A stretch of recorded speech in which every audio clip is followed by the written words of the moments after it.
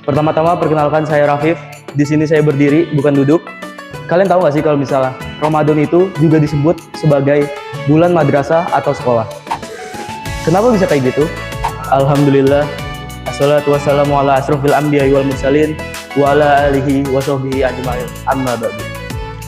Teman-teman yang dirahmati Allah Subhanahu wa taala, pada kesempatan kali ini mari kita panjatkan puji dan syukur kepada Allah Subhanahu wa taala karena dengan rahmatnya kita bisa berkumpul di Masjid MH Tamrin tercinta ini dengan keadaan sehat walafiat. Pertama-tama perkenalkan, saya Rafif. Di sini saya berdiri, bukan duduk. Dan dengan berdirinya saya di sini, saya ingin menyampaikan tausiah singkat sebagai renungan bagi kita dan juga saya sendiri. Seperti yang sudah kita ketahui, kita sudah menjalankan 18 hari puasa. Namun, kalian tahu nggak sih kalau misalnya Ramadan itu juga disebut sebagai bulan madrasah atau sekolah? Kenapa bisa kayak gitu? Karena dengan adanya bulan Ramadan ini, kita bukan hanya menahan lapar dan dahaga, tapi kita juga mendapatkan pelajaran-pelajaran yang dapat kita pelajari dari bulan Ramadan. Untuk mempersingkat waktu, saya akan meringkasnya dalam 3 poin. 3 poin dalam Ramadan madrasah atau sekolah ini. Yang pertama adalah kesucian jiwa atau takziyatun nafs.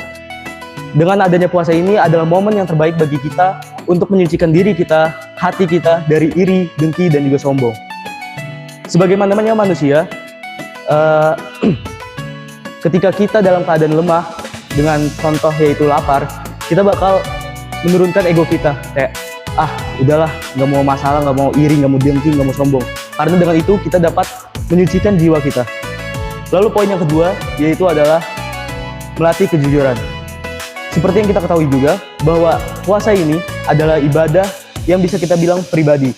Karena orang-orang nggak bakal tahu apa yang kita lakuin selama puasa. Yang tahu cuma kita dan Allah Subhanahu wa taala. Jadi dengan adanya puasa ini tuh kita bakal melatih kejujuran. Kayak misalnya nih ada suatu kasus di kamar. Ada air kosong, ada air nih nggak diapa-apain. Terus terasa haus pas lagi puasa. Kita nggak sengaja minum. Itu otomatis kita nggak jujur dong sama Allah. Ya mungkin orang lain nggak tahu, tapi Allah bakal tahu. Lalu yang ketiga itu adalah kepedulian sosial. Pasti kalian pernah terpikirkan ketika kalian tuh udah di masa lapar-laparnya nih, kayak udah sore banget nih, wah pengen makan.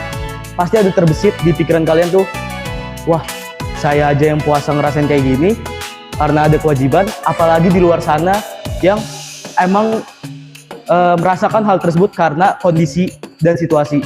Pasti bakal terasa empati ataupun simpati dari kalian untuk kepedulian sosial tersebut.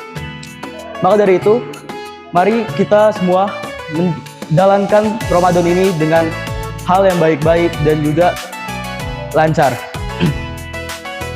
Jangan kita melewati bulan Ramadan hanya mendapatkan menahan lapar, dahaga, dan juga duit THR. Tapi kita juga harus mendapatkan pelajaran-pelajaran yang dapat kita pelajari di bulan Ramadan. Mungkin sekian dari saya. Maaf bila ada salah kata. Wabillahi taufiq wal hidayah. Wassalamualaikum warahmatullahi wabarakatuh.